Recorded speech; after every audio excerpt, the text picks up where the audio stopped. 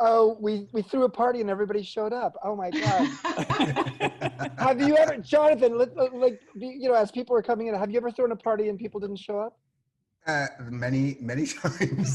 Yeah, many times.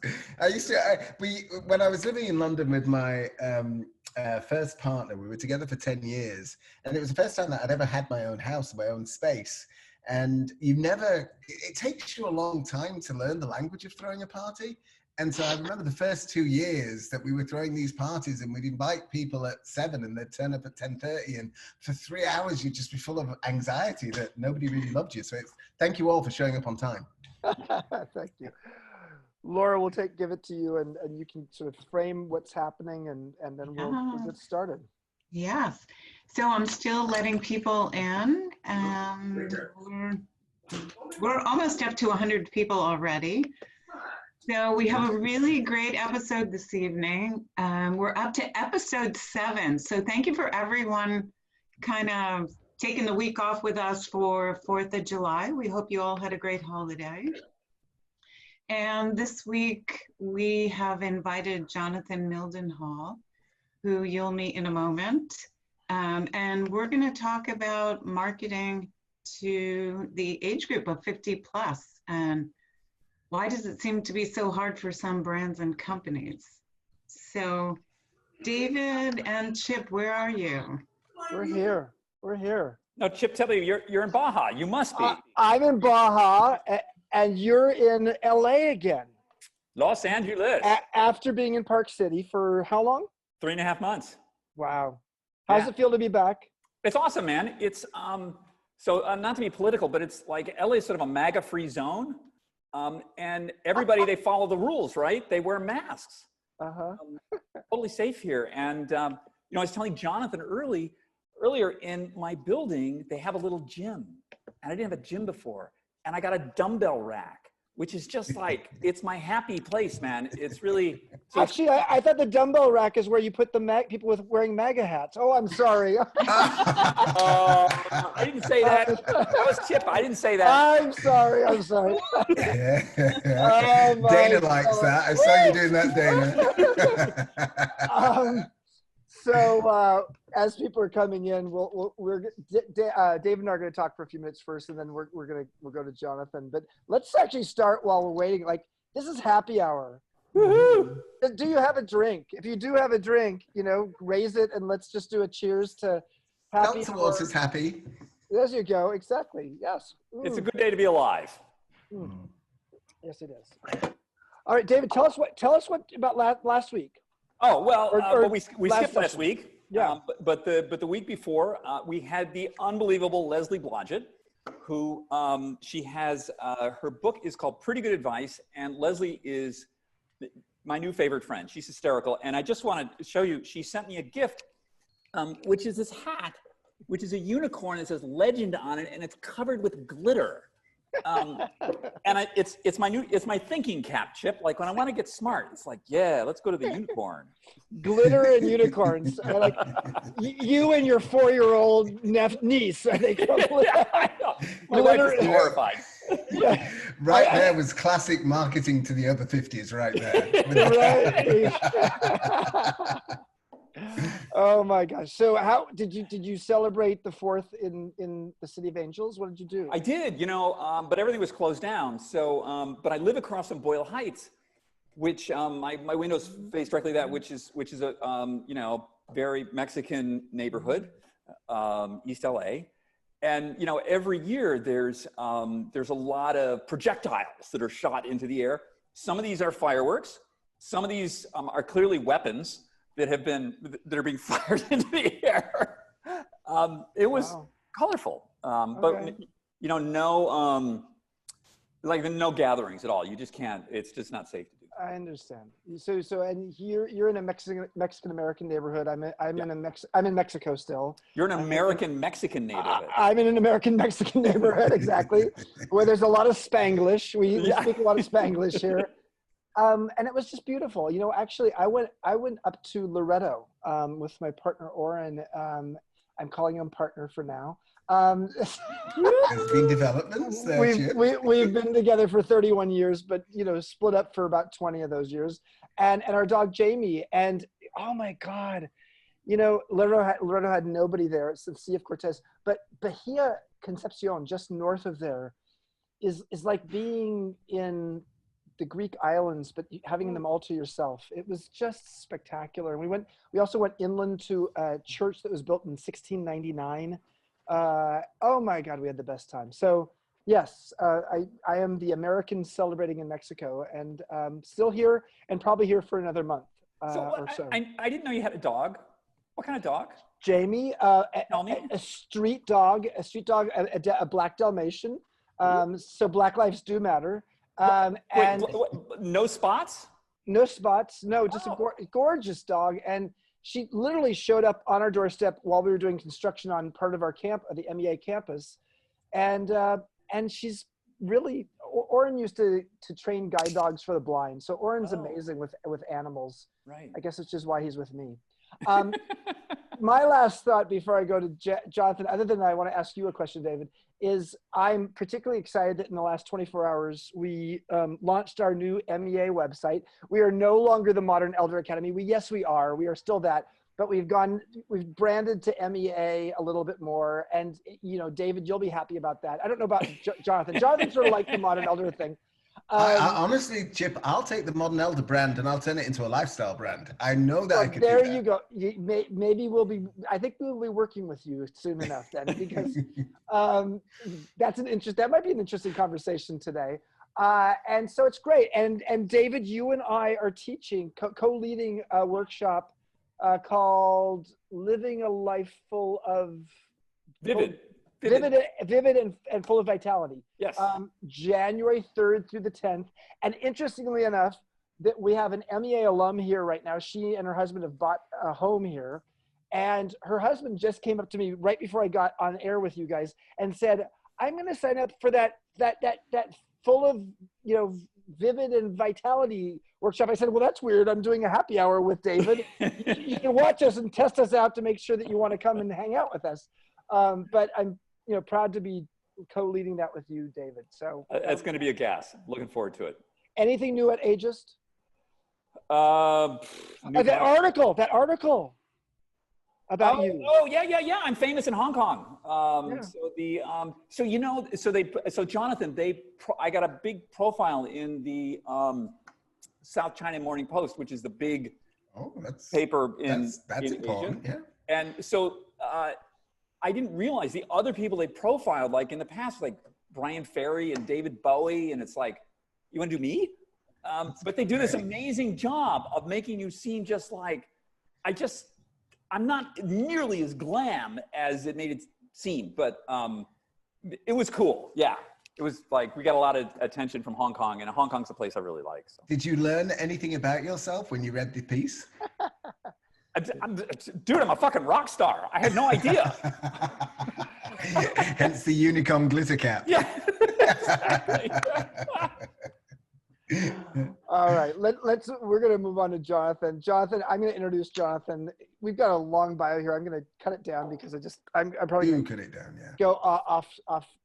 So Jonathan and I shared a hug a few years ago. And I knew he was my soul brother, midlife soul brother. We were old guys at Airbnb. He joined us about a year after I joined Airbnb. He came in 2014. And I just love his wicked sense of humor and his wildly utopian view of humanity. He's somebody who he walks his talk. He doesn't usually walk his talk. He skips his talk.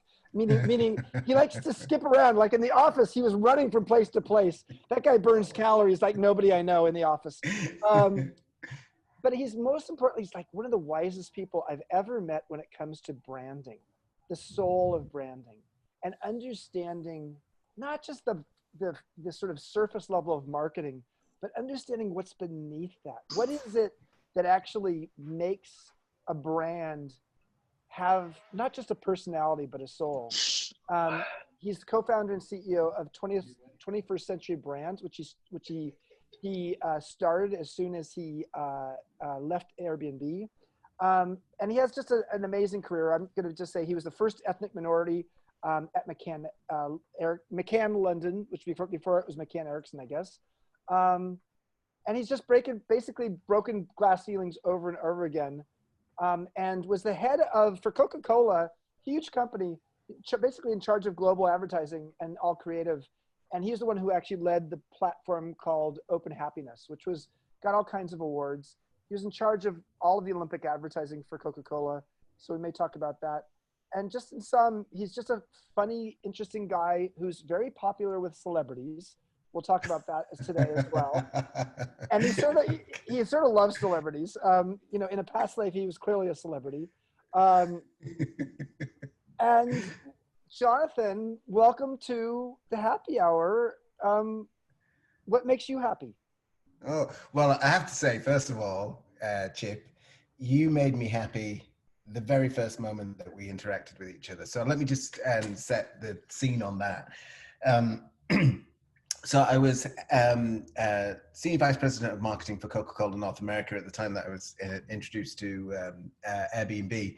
And the role of Chief Marketing Officer at Airbnb was pretty high stakes for the company. And so they asked me if I would facilitate, as part of the interview process, a 2-hour workshop with 11 executives, none of which knew a great deal about marketing. And they just said, you've got 2 hours, we want it to be a workshop, do your own thing. The entire leadership team. And luckily I work better in workshops. And so I facilitated this workshop that was totally exhausting. And then leaving the workshop, I had a 15-minute break, and then I was straight into a number of 45-minute interviews with all the execs that had seen me kind of in the morning.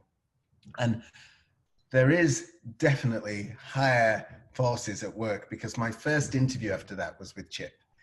And I walked into this little room, and I'd only had 15 minutes to kind of recharge myself. And I walked into this tiny little room, and he was sat there, and he stood up and he said, I know how much effort and energy that took for you to pull off what you just pulled off. He said, let me give you a hug.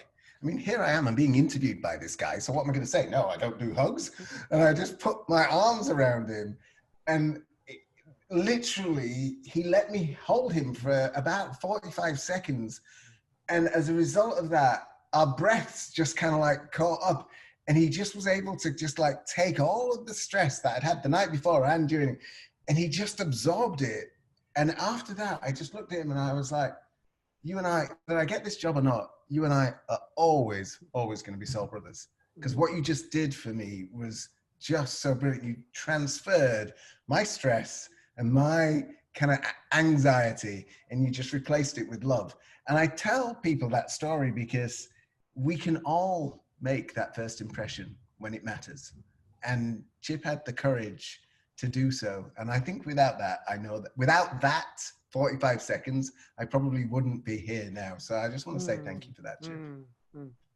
Well, I just smelled you, and I knew you'd been sweating a lot. So I just, I knew you needed some support, and I like the smell of your sweat. So I wanted to be bathed. I wanted to be bathed in it. So I wish I liked the smell of my own sweat, but that's not the case. David, take it away. Jonathan, great to have you. So Gwyneth, what's up with Gwyneth? Instagram, tell me what's going on there. So I feel very lucky. When I moved to the States in 2006, I was working for the Coca-Cola Company. Coca-Cola Company has a lot of celebrity relationships. And so I'm not intimidated by celebrities at all. They're creative people who quite often are full of insecurities. And as a marketer or a business partner, your job is to take away the insecurities and let them create. And when I got to Airbnb didn't have a kind of celebrity relationship strategy. And so we started one up. And over the course of 4 years, we had 65 of some of the world's most influential celebrities, movie stars, athletes, music stars, all stay on Airbnb. And I feel very proud of the fact that I never paid a single dollar. I never gave a celebrity any money to stay on Airbnb and endorse the platform, including Beyonce. And whilst I was at Coca-Cola, I knew that Beyonce had just done a deal with Pepsi for $50 million. And then as she was performing in the Super Bowl, her people reached out to us to say, you know, could Beyonce stay in an Airbnb? And I literally kind of fell off my chair and said, yes, you can stay in 100 Airbnbs. So we will ensure that this weekend is a fantastic success for her. So the strategy was give a celebrity a really good home, and then if they liked their stay, then they would post that they liked their stay. And if they didn't like their stay, then we didn't expect the post. There was only one celebrity who didn't like the stay because she moved into an Airbnb and there was a load of skunks in the basement. And this is a true story, I shipped her out of the Airbnb and put her into the Four Seasons Hotel to prevent there being any media scandal. And so as a result of that, then some of those relationships turned into friendships, and Gwyneth is one. Mm. And Mariah Carey as well? Mariah, oh my goodness. So there are two female loves in my life. I love female voices. Female voices make up 90% of my music collection when we used to collect music, you know, vinyl and CDs. But the two voices that move my soul in the most powerful way, Whitney Houston's and Mariah Carey's, and they truly, truly do. Whitney Houston taught me how to take a story and own the story in a really exquisite way. She never wrote any music, but she'd take other people's and she would own it in a way that no other person could. And Mariah writes and performs. And I'm lucky enough to have met both several times. And it's really, really interesting because a lot of people see the caricature that presents the artistry.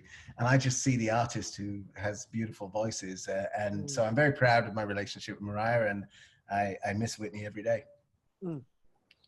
Well, before we have David dive into the question and subject of marketing, especially the nature of how the marketing industry has had a hard time understanding 50 plus, I just want to ask you, because a few weeks ago we had a bunch of MEA alums. You're an MEA alum from the very early era of the beta. We talked about Black Lives Matter. We talked about just systemic racism. You grew up, tell us a little bit about your story. You grew up in England. Your mother's white, and you had a bunch of other brothers and sisters, or mostly brothers, I think. Brothers, that's right. All brothers. How many? On my mum's side, so my mum had 3 relationships, 5 sons to 3 different men. I'm the middle child. My 2 elder brothers are white. My 2 younger brothers are white. She had an affair with the black guy in the middle, and I'm the result of that. And then my father married again, and he had 5 children, 3 sons and 2 daughters. So I'm part of this kind of big cacophony of kids. And up until the age of 18, I lived on a council estate in the north of England. Council estate is like a project. And there was the 6 of us with my mom in a 3-bedroom house, a 3-bedroom apartment. And I knew that my only way off that was education. That's the only way I was going to get out of that situation. And I was the first sibling to go to college. And I wasn't educated about education, so it was just any college will do. So I did a general business and finance program. In that, I chose. Oh, too many people. Oops. Is that? Can you hear me? Yes, we can hear you. Don't worry. Yeah, good. And I chose marketing as a subject, and that led me to apply to the London advertising industry in 1989. And at the time, the careers advisors were saying, there's just no way you'll get into the London advertising agency scene because it's white, it's middle class, and they only recruit from Oxford or Cambridge. And that was genuinely the advice that a very friendly and involved career advisor gave me. and I never took that as a chip on, as something that would deter me. In fact, I used it as fuel, and I thought, right, I know that I have to be this year the most informed, the most creative, the most educated about advertising and brands to get in. And I was lucky enough to be the first minority in 1990 to join McKenna Erickson London. And then it led to 30 years later, me having worked on some really, really interesting and important brands that try to shift culture in a way that brings society together somewhat. How did you experience the UK versus the US when it came to race, and or systemic racism, or your own experience of how people saw you as the other, in not just in advertising, but just in, you know, day-to-day life? I was flawed. I moved to Atlanta from London in 2006. I was 38 years old. And I know now, I knew then in 2006, that I'd been colorblind pretty much all of my life, because I'd experienced superficial racism, like literally superficial racism, but getting beaten up on the street and, you know, getting thrown out of a girlfriend's house and then a boyfriend's house by their father because I was the wrong color. But I kind of never felt it in the education system. My education was gifted to me. And then as soon as I graduated, I got into the advertising industry. And even though there was nobody else like me, the advertising industry was very welcoming of me. And then I got to Atlanta, and this was really, really weird, because I immediately felt that I was too light-skinned for the Black community in Atlanta, and I was too dark-skinned for the white community. Not during the day, because, you know, 8 till 6, the Coca-Cola company is one of the most diverse and inclusive places on the planet. But as soon as I'd go into a bar at the end of the day, I couldn't find my people. Even the gay scene in Atlanta, the gay scene, which is usually some of the most, I'm talking about the bars, some of the most inclusive places, young, old, black, white. In London, the gay scene in Atlanta is segregated, black bar or a white bar. Which one do I go into? And so working in Atlanta was really the first time that I started to observe cultural racism, cultural segregation by choice. But I still felt that the corporate scene of America was diverse and inclusive, because every single meeting I'd go in at the Coca-Cola company campus was full of people from all over the world.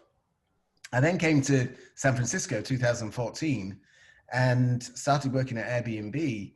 And I started working on the Monday, and it was on the Wednesday I was coming out of the bathroom and I looked across the atrium and I saw another black guy, and I realized that I hadn't seen another black guy for 3 days.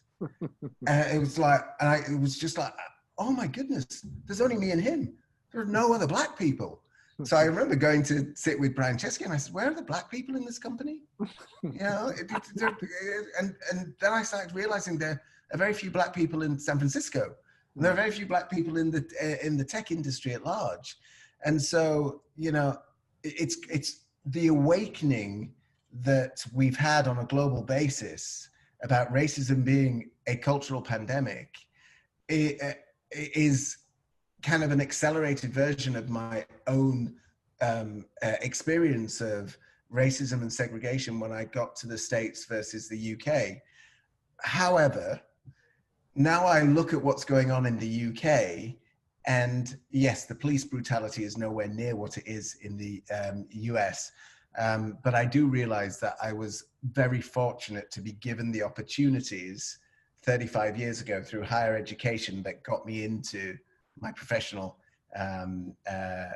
work, that minorities just don't have the opportunity to do so now. Mm-hmm. Thank you. That was, I really identify with the, wow, there's another black guy. Like I remember I'd been in Tokyo for a little while, and I was on a subway, and there was another white guy, and it was like, oh, you're like me. Right. Yeah. Yeah. But I don't know if so Ageist was created like 5 years ago, and I come out of sort of advertising because I was a photographer for a long time, and I actually did a lot of work for Coca-Cola, you know, we created Ageist because what was happening was I kept taking pictures of people the same age, and I'm getting older, my friends are getting older, and all the stuff I see in the media of people my age, we're all like in need of immediate medical attention. Like there's something dreadfully wrong with us. Right. And I thought, like what's up with that? And, you know, I know that Airbnb was interesting because you had this wide range, the ages of the hosts, the ages of the clientele were broad. And I know luckily, most of the ad agencies and brands in the world don't know how to do that. And so thus I have a business because that's what I help them do. But so tell me about like, what's your experience with that? Marketing up and down the age column, and why do people get it so wrong? So in the 1990s, I was campaigning for a more authentic representation of minorities in advertising, because every time you saw a black or brown person in an ad campaign in the 1990s, it was either an athlete or it was a pretty mixed race girl as part of a kind of vignette story. And so I really, really worked hard with the industry body to change the presentation of minorities in British advertising, and we made significant inroads. And then in the 2000s, I was still in London, and I started to realize that marketing to women treated women as if they had no brains. And what I couldn't understand was how the content for women, programs, and remember, this is in the 2000s, programs like Sex in the City was having really gritty conversations with women about the stuff that really matters: relationships, sex, careers, divorce, all of that. And then you'd cut to a commercial break, and then you'd see these moronic women bouncing around in this moronic world that doesn't exist, kind of celebrating brands that should know better. And so I thought, there's nobody actually challenging the way that marketers approach women. And I've been successful on challenging the way that marketers approach ethnic minorities in the UK. So I started banging the drum for more intelligent marketing to women. And in the UK, you've started to see advertising that can hold its own, advertising to women that can hold its own in the middle of content that targets women in the first place. The next issue, and I've woken into it as I've become, over 50. The next issue is marketing to people over 50, because it frustrates the hell out of me, to your point, that we're either living in some utopian world because we've invested our finances and everything's okay, and we are walking with our partner in the ocean and it's carefree because we're getting the bottom of our jeans wet, or there's something wrong with us and we do need medical attention. And they forget that, this is why I was so proud of the work that we did at Airbnb. The average age of a host on Airbnb was 54 years old, 54 years old. And yet when we stood up and we presented the marketing to all the great conferences that Chip used to put on that had, 5,000, 10,000 hosts coming in from over 110 markets all around the world. And it was my job to present to them the marketing work that Airbnb was doing. And every single one of our hosts saw themselves in the work, not because of the demographic that we presented in the work, because of the human values that we promoted that made every single host feel that they were part of something bigger. And all it was doing was putting a mirror up to the hosts and reflecting their hospitality. So Airbnb is a fantastic example of when you can have a target audience that is over 50, but you can inspire them through significant work that shifts culture forward, and they don't feel that they're being patronized or insulted. Because I see a lot of work that is targeting, I'm 52 years old, I see a lot of work that is targeting me, and I feel insulted by it. In the same way that young minorities were insulted in the 90s, women have been insulted in the 2000s, and for us all, we get insulted, and brands don't deserve our advocacy or our money when they insult and patronize us in this way. So a quick question on that. So demographics versus psychographics. So the marketing industry has historically been demographic focused, and therefore then they sort of stereotype around the demographic. What do you think? And psychographics are sort of like what's happening inside, and you could have a 62-year-old and a 28-year-old hanging out together who have a similar psychological makeup and perspective on the world. Is that the direction that marketing is going? And is that part of what you're talking about with Airbnb being able to speak to the host community beyond demographic? Absolutely. Very few marketing strategies will be built creatively now on the demographic. The creative strategy will be built on psychographics, and the media strategy, where that creative content shows up, will still be demographic based. But the psychographics, in terms of telling a brand story and helping people understand why this brand exists in culture, psychographics are much, much more potent and much more referenced now. Yeah, interesting. I have a theory, Jonathan. Go on. About, it was very interesting to hear your the progression there. That the reason marketing in the 90s to people of color was so weird was because people of color weren't making it. And the reason the marketing to women was so weird is the women weren't making it, the guys were making it. Yes. And my feeling about what's so messed up about when people talk to us, so the average age, I want to say there's 40% of the US population is over 50, and 6% of the people who work in advertising and marketing are over 50. Mm. So like the last time I did a big ad campaign, my art director was 27. And she was awesome, but she was 27. So that's like me, so that she was like 30 years younger than me. That's the difference between me and somebody who's 87. Like, I have no idea what it's like to be 87, right? Like, I don't know, I can talk to you, but I'm not gonna feel it. And is that part of what the deal is? Yeah, you know, we all know that ageism is another cultural pandemic. I mean, and the thing about ageism is it is the cultural pandemic that we all have a stake in getting right. Because we're not all women, we're not all Black, but we are all going to be over 50. Right. Yeah. And so what I feel, we know that we're underemployed and we are underutilized in terms of how society could move forward through our own, through our skills and through our creativity.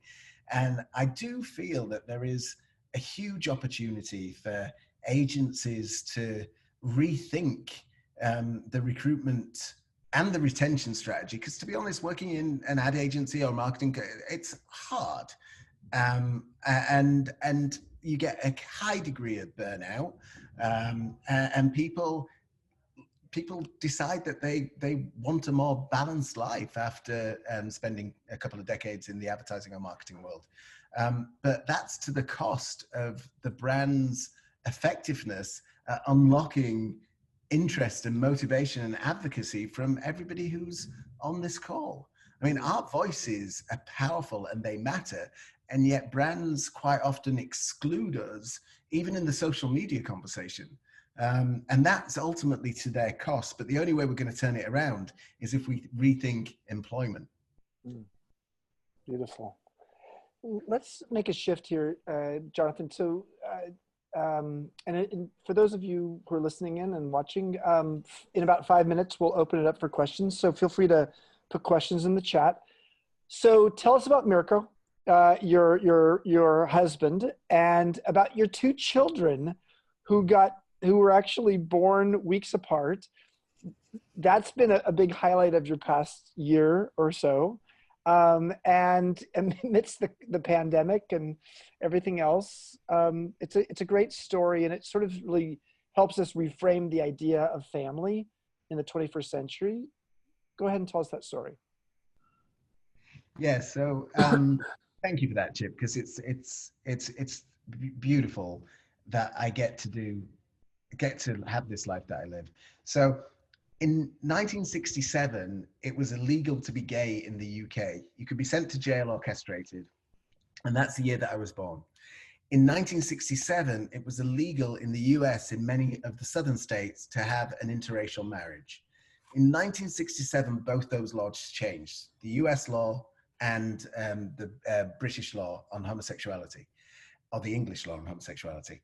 And if you'd have told my mum when she was nursing me that this guy would grow up and he would move to the States, he would marry a white guy under the law of the Supreme Court, and then be able to have biologically related children, and it was all legal. Surrogacy in Germany, my husband's German, surrogacy in Germany is still illegal. So I don't take for granted at all that this country allowed my husband and I to have this family. And we have a single egg donor and two separate surrogates. And a Caucasian American was the surrogate that brought my DNA into the world, and an African American was the surrogate that brought my husband's DNA into the world. And so my family is just so beautiful. My daughter is 25% Nigerian, 25% British, 50% Colombian, and my son is 50% German, 50% Colombian. There isn't a day that goes by that I don't pinch myself in terms of how far society has come just in my lifetime already. And I look particularly at my daughter, who's a little black girl, and I look at my daughter and think, oh my goodness, what could happen for her in the next 50 years? I'd love it if she was to say, the year that I was born, there hadn't been a female president of the United States. And now look, there've been 6 of them. If my daughter can say that, then I know that the world is a much, much, much better place than it was when she was born.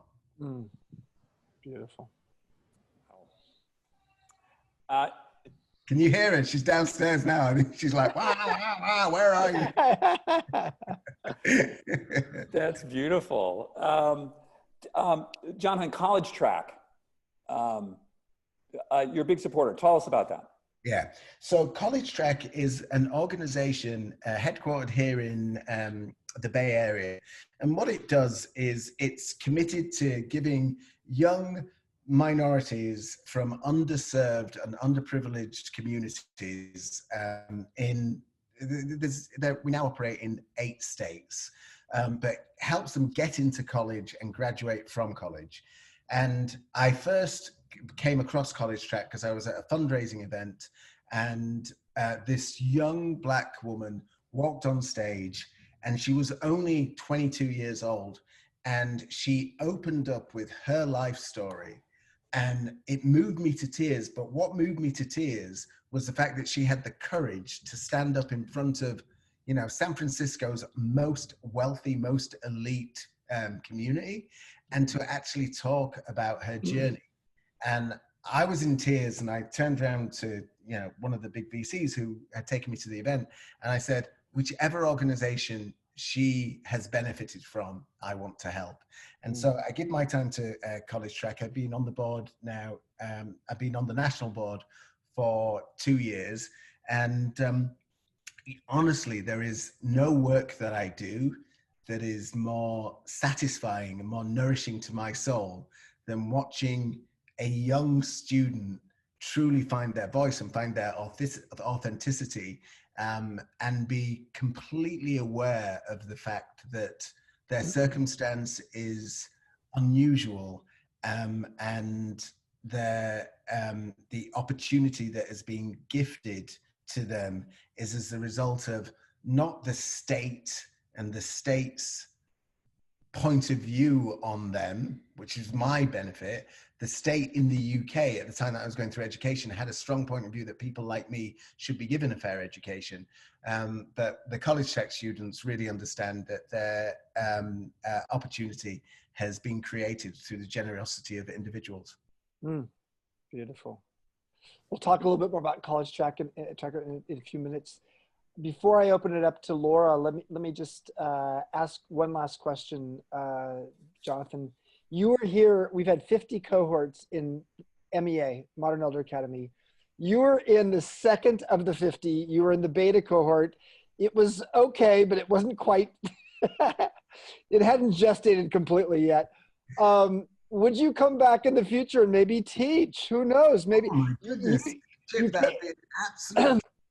you came here with Mark Levy. Mark Levy, you came here. So all I can say is, you know, what do you think about the idea of helping people in midlife repurpose themselves? Well, I think that people should be connected, inspired, and given the tools to constantly kind of maintain utility and relevance for as long as they're on the planet. And you know, our journey in education and the evolution of our skill sets should be something that is constant. So Chip, when you first talked to me, and now we're going to come on to Modern Elder, you talked to me about Modern Elder, and I was honestly, the brand nerd in me was like, Modern Elder, that's going to be fantastic. The world needs a platform for our experience and a community for our support. But it needs it in a really cool way, because, you know, the previous attempts had been just uncool and not relevant to who we all are. So I love what you have started. I love the engagement that you have and the advocacy that you have, because, you know, for all of us, there's not a single person on this planet that doesn't want to maximize their relevance in life and maximize their contribution to life. You know, Modern Elder makes it cool. That's what you've done, which I think is brilliant, is you've made it cool. I want to be part of this. I look out into this world and it's just cool. Thank you.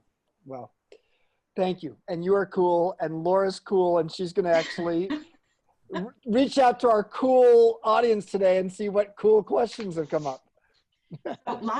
We have lots of questions. Jonathan, what an honor to have you. Having done marketing for many, many, many years, some good questions coming through. Someone asked, do you think AI and social media are the best way to reach 50 plus? And then maybe the follow-up question to that is really, what are the mediums best to reach this consumer target, the over 50? You can't exist, and I can see there's Dennis on this call, and Dennis is a huge social media performance marketer guy, so he'll appreciate what I'm about to say. You cannot establish a relevant brand without establishing a presence on social media now. You have to, because one of the things that all brands need is community advocacy. So they need people kind of sharing their stories, sharing their point of view about the brands.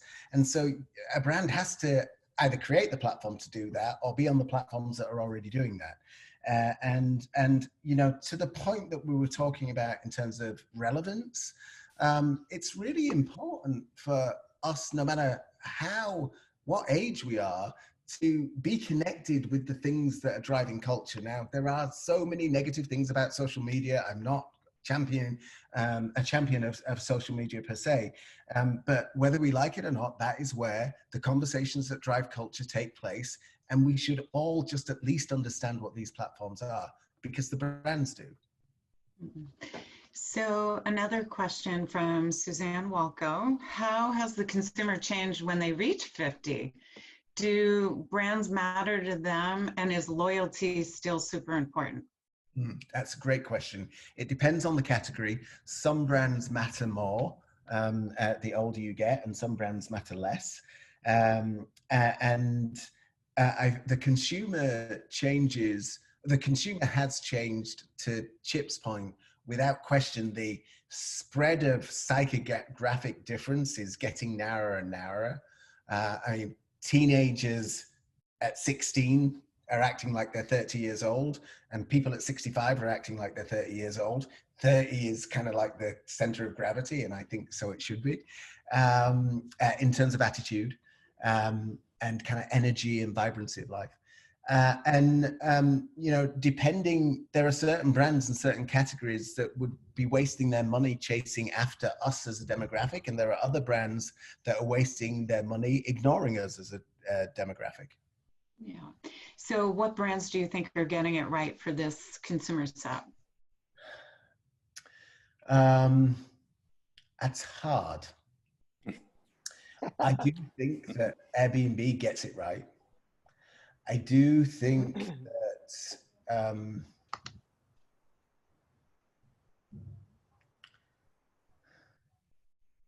I think that some of the surprising executions from some of the outdoor brands, the REIs and the North Faces, get it right, because they show us in the outdoors, where the temptation would be to show a kind of buff 20-something athlete. So it is, but those brands have to get us right, because we've got more time, we've got more disposable time. We're out in the outdoors and we're spending a fortune on our outdoor gear, so they have to recognize us. But I do think the outdoor brands get us right. So someone was asking a question about how will our brand preferences change post-pandemic? Well, I don't know about how the brand preferences will change, but I know how the brand's investment will change. Gone are the days, and I think for the next 18 months minimum, that brands will get credit for big multi-million-dollar ad campaigns are talking about people self-actualizing and best that you can possibly be in this utopian world. That's distasteful, and that's tone deaf right now, when communities all over the world are genuinely hurting. So I advise all of my clients to, you know, it's acts of generosity, not ads right now. So less say, more do. Reach into the communities and show through community activity and through community investment that you understand the specific needs of communities today. And it's less about chest beating, and it's less about the big ad production budgets, and it's much more about community action. To follow up on that question, could a brand help us shift from being consumers to actual citizens? Oh, well, Chip will talk about that, because he had a big strategy with Brian Chesky at Airbnb to create a citizenship around Airbnb, which is a huge and audacious and beautiful goal. And it's really interesting, because as brands understand that they have to be community driven to be successful today, then this notion of community at scale is like citizenship. So whoever asked that question, I like the question, because I think it's very, very progressive. I can see some brands really inspiring their communities to behave like citizens. And you'll see more brands doing that. But it was an idea that Chip had about 5 years ago. So to that point, a question about building a community for 50 plus, I see the question and I'm like, that's Modern Elder Academy, which is community for 50 plus, or Ageist, which is a platform, you know, for the 40 plus, 50 plus audience. A question from John Shedler: is there a campaign, Jonathan, you admire that you wish you had done? Oh yeah. So I immediately was going to some UK advertising, but I think recently, I wish I'd have done it, and then I'm pleased that I didn't. And so this time last year, Nike released a fantastic sports anthem, which was celebrating female athletes. And it was giving, the line was permission to dream crazy. And it was these women, Serena Williams, all of these women at the point of achievement, just behaving like these primal sports superstars that they are. And it was fantastic. And there was nothing pretty about it. There was nothing, it was just like the fierce point of achievement that female athletes feel. And we released that, and I saw it, and I was like, oh my goodness, that is a glorious manifestation of female sports people all over the world. Great. Next day, press release, Nike stops its contracts with female athletes if they get pregnant. Nike says unless you're a pregnant athlete. And so I literally had 24 hours going, I wish I'd have done that. Oh, I'm so pleased I didn't do that because that's bad. And Nike had to walk back its policy on pregnancy and female athletes and issue an apology and say from now on, the life of an athlete is financially the same value, whether you're male or female, whether you get pregnant or you don't. But it was a glorious kind of own goal, if you forgive the pun. So what is the one thing, the cardinal sin a brand should never do when marketing to people that are 50 plus? Make them feel like they're 60 plus. Good answer. Good answer. Oh gosh. Okay, let's see.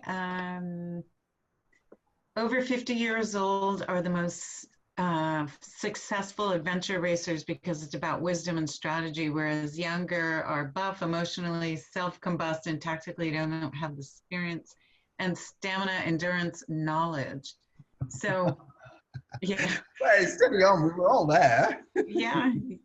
So how do we, in our careers, as we are going through these long and lofty marketing careers, we all started in our 20s, we go from these assistant agency people, and then we go to brand directorship, and then we arrive at this 45, 50, and all of a sudden it's like, if you haven't reached CMO, you better go someplace else. And now what? So there are so many people, even post-pandemic, that are working from home. So no longer are we in these agency groups, so to speak. Now we're isolated at home, becoming less relevant. How do we recreate and reimagine our careers? Yeah, I think the first thing that I want to say is that obviously we all got to take ownership for our own careers, but the message that I want to get out there into media, which is, and Chip and I had so many conversations about this as he was launching his book, is the argument about diversity creating transformational value. And the definition of diversity has gone from men plus women, women plus minorities, minorities. And what we have to be able to take confidence on and have corporates particularly understand is the value that is being left on the table because the teams are not capturing the experience that we have. I think 30 years worth of experience is more valuable than 20 years of experience.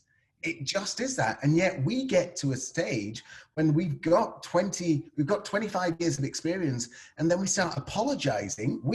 This community, we start apologizing because we've got too much experience. And we don't know how to present the value argument for the experience that we have. It's like, oh, do I take 5 years off my resume? Rather than promoting the value that those 5 years have brought. But I do think, and this is why I love the Modern Elder Academy, and I will always call it Modern Elder, Chip, until you give me that brand and I can turn it into a lifestyle brand. But, I think that one of the fundamental benefits of the Modern Elder Academy, besides the community and besides the sense of kind of self-value, is the lesson about relevance. We all must work hard to maintain our relevance, whatever your industry is. We have to be at the cutting edge of knowledge, we have to be at the cutting edge of culture, and we have to create an argument that really values our experience as opposed to feeling weighed down by the experience that we have. I'm going to jump in here for a quick second, Laura, because I want to ask one last question before we do our wrap. This is from Lisa Fitzpatrick, and Linda Grubbs gave a thumbs up to this question. There's a lot of lip service from big brands and companies about, this is Dr. Lisa Fitzpatrick, by the way, who has come to MEA 3 times now, There's a lot of lip service from big brands and companies about supporting diversity and inclusion, but it seems like window dressing. What's your take?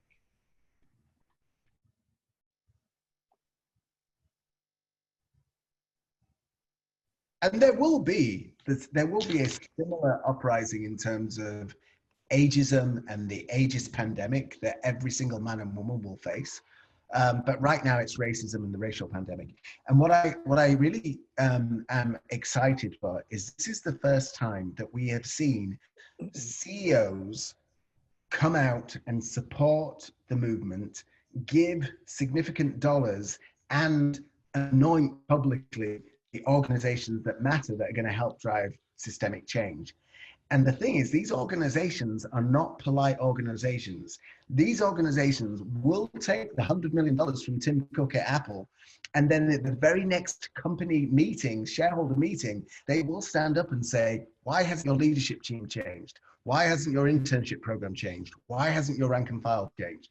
So we are going to see, and I feel confident in this, over the next 2 to 5 years, we are going to see the biggest transformation of the workforce that we've ever seen since women were invited into the workforce. And it's going to be rapid because these public CEOs have made public can see rapid change. So yes, Chip, historically, I think it's been lip service because I work in Silicon Valley and it's just, diversity and inclusion is a tick box. It is not a core obligation, but I think that we're going to see that big shift. And then I think the next group that will start to give proper voice to proper change will be our group. And I'd like to see the same kind of commitments from the chief execs of these companies as they're making now for minorities and female leadership. I'd like to make them see people over 50 as well, particularly in Silicon Valley, where actually they could do with a little bit of the experience that we can offer. I want to just jump in here that I got hit up last week by a VC firm, and in the stuff that they sent me, entrepreneurs that are 50 have 3 times the success rate of people under 30, and entrepreneurs over 60 have double the success rate of people in their 50s. And I want to say I work for a lot of these consumer brands, and it's not that they're dumb. Like, they know, like Nike knows I got a closet of their stuff. That's not the problem. The problem is they don't know how to take their existing ad strategy, their existing demographic, and harmonize that with people like us. To them, it's very dissonant. And that's, people ask me all the time, what's the problem? That's the problem. So that's what, like, you and I and Chip, that's what we work with. But just people want to know, why is it? That's why.